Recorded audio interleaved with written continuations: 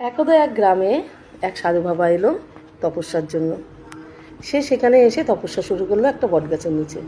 তো গ্রামবাসীরা তাকে দেখে প্রণাম করে, খাবার দাবার দিয়ে যায়। সে কখনো খায় কখনো খায় না, সে এক মনে তপস্যা করতে থাকে। এইভাবে চলতে চলতে হঠাৎ গ্রামে বন্যা এলো। প্রচণ্ড বন্যা, চারিদিক পুরো ডুবে গেল বন্যায়। তখন লোকজনেরা সব প্রাণ ভয়ে উঁচু জায়গার দিকে যেতে শুরু করলো।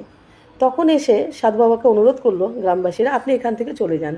আপনি এখান থেকে যদি না যান তাহলে কিন্তু আপনার প্রাণ সংশয় হবে, এখানে তো জল উঠে যাবে। কিন্তু সাধু বাবা গেলেন না। সে একই কথা বলল যে আমার ভগবান এসে আমাকে বাঁচিয়ে যাবে। সে তাই করলো, সেখানে বসেই রইল। সবাই চলে গেল। আস্তে আস্তে জল উঠতে শুরু করলো, সেই বটগাছে বেদিতেও জল উঠে গেল। তারপরে সে কী করলো যে ওখানে বসেই সে তপস্যা করতে লাগলো। যখন বেদির ওপরে ওনার অর্ধেক কোমর পর্যন্ত জল হয়ে গেল, তখন একটা নৌকা এলো। নৌকা এসে বলল, চলো সাধু বাবা, আমরা তোমাকে নিতে এসেছি, এখানে থাকলে তুমি মরে যাবে।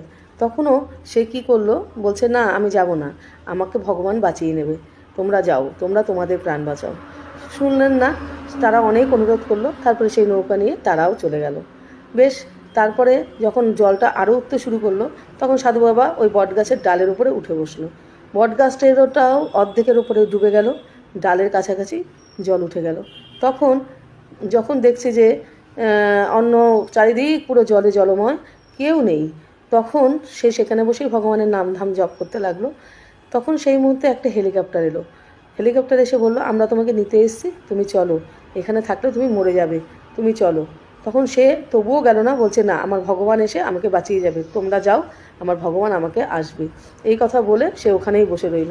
তারপরে এক সময় বন্যার জল এতটাই বেড়ে গেল যে তাকে জলে ডুবেই মরতে হলো, সে কিছুতেই বাঁচল না। তারপরে যখন সাধু বাবা মরে যাওয়ার পর স্বর্গে গেল, স্বর্গে গিয়ে সে ভগবানকে প্রশ্ন করলো, তুমি আমাকে কেন বাঁচালে না? আমি না তোমার জন্য শরণে বসেছিলাম? তখন বলছে, কে বলেছে আমি তোকে বাঁচাতে যাইনি? আমি তিনবার তোর কাছে গেছি, কিন্তু তুই সেই সুযোগ নিসনি। তোর কাছে আমি পায়ে হেঁটে গেছি, তোর কাছে আমি নৌকো নিয়ে গেছি, তোর কাছে আমি হেলিকপ্টার নিয়ে গেছি, কিন্তু তুই কিছুতেই সেই সুযোগগুলো নিসনি। তাই তুই বাঁচতে পারিসনি, তাই তোকে মরতে হলো। কিন্তু শেষ পর্যন্ত তুই আমার কাছেই এসেছিস, কিন্তু তুই সেই সুযোগটা নিসনি। তাই আমাদের মানুষের জীবনটাও ঠিক তেমন। আমাদের জীবনে সুযোগ আসে, সেই সুযোগগুলোকে আমাদের বুঝে নিতে হয় এবং সেই সুযোগগুলোকে কাজে লাগাতে হয়। জানি না কখন কোন সুযোগে আমাদের জীবন বদলে যায়, কখন কোন সুযোগে আমাদের জীবনটা সুন্দর থেকে সুন্দরতম হয়ে যায়। তাই বন্ধুরা, সবাই সুযোগকে কাজে লাগাও, সুযোগ এলে সেটা সদ্ব্যবহার করো। এটাই ছিল সুযোগ, যেটা প্রত্যেক মানুষের জীবনে আসে। ভগবান নিজে আসেন না, মানুষ রূপে ভগবান আসে মানুষের জীবনে। সবার কেমন লাগলো জানাবে। ভালো লাগলে লাইক কমেন্ট করো, আমি আরও এরকম গল্প নিয়ে তোমাদের কাছে আসবো। রাধে কৃষ্ণ।